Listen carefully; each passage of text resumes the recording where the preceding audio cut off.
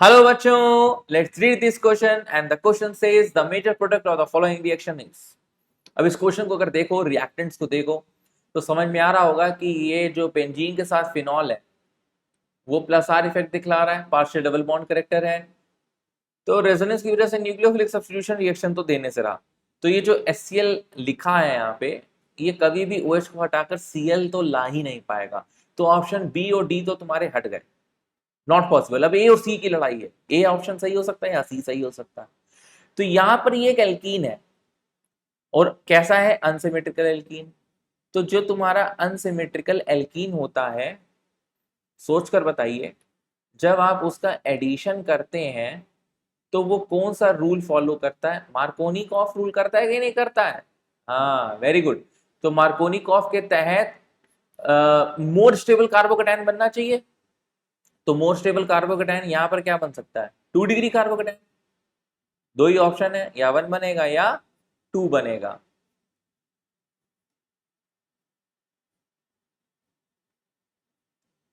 ये देखिए, यहां पर अब Cl माइनस को आप चाहो तो अटैक करवा कर काम कर सकते हो, लेकिन अभी फिलहाल मैंने यहाँ पे एक कार्बोकेटायन एज अ इंटरमीडिएट बनाया है, क्योंकि यहाँ पर AlCl3 है। मान लो आप यहाँ पर, चलो ऐसा करते हैं, आपने HCl देखा, हड़बड़ी में आपने धड़ाक करता हुआ Cl अटैक करा दिया और खुश हो गए, सर जी हमारा आंसर तो आ गया, बड़ा आसान क्वेश्चन है। लेकिन लास्ट में देखो एनाइडस AlCl3 है। अब AlCl3 क्या करेगा, AlCl3 अपने ऑक्टेट को कंप्लीट करने के लिए, क्योंकि भैया वो लुईस एसिड है, ये देखो 1 2 3 4 5 6, अपने ऑक्टेट को कंप्लीट करने के लिए इस Cl को कहेगा चलो बेटा अपना बलिदान दो, RCl बॉन्ड को तोड़ दो। OH को तो कह ही नहीं सकता ना, वो तो अपना रेजोनेंस में इन्वॉल्व है। तो अल्टीमेटली तुम फिर यही देखोगे कि आपका बॉन्ड टूट जाएगा। ओके, समझ रहे हैं? ये आपका बॉन्ड टूट जाएगा और उसके बदले यहां पर पॉजिटिव साइन आ जाएगा। अब कहानी ये होती है कि अब आगे क्या होगा इसकी। अब आगे ये होगा, O का ये बॉन्ड रेजोनेंस करेगा, ये बॉन्ड कूद कर इधर आएगा,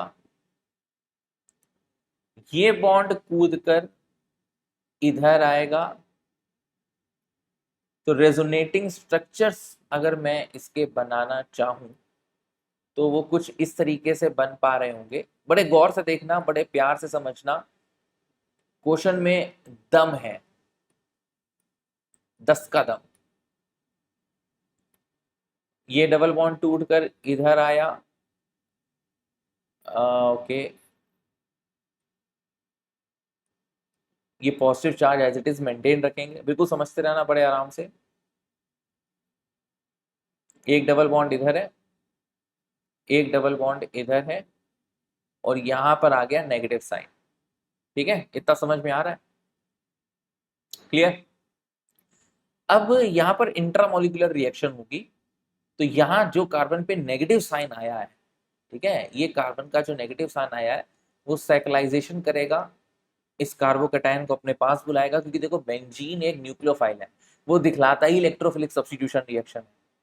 तो अपने से एक H को कहेगा चलो निकलो टाटा बाय बाय, और वो जो एल्काइल ग्रुप है जिसपे 2 डिग्री कार्बोकेटायन बना है उसको अपने तरफ बुला लेगा। अच्छा, कितने कार्बन है, ये 1 है, ये 2 है, ये 3 है, तो थर्ड कार्बन से लिंक्ड हो रहा है।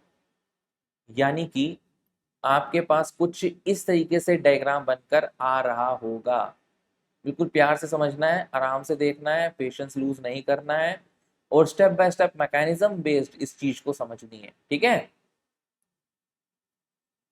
ये देखिए साहब, 1 2 3, और तीसरे स्थान पे मिथाइल ग्रुप लगा है ना, ये वाला ग्रुप देखो मिथाइल ग्रुप लगा था ना, उसको मैंने एडिशनल दिखला दिया।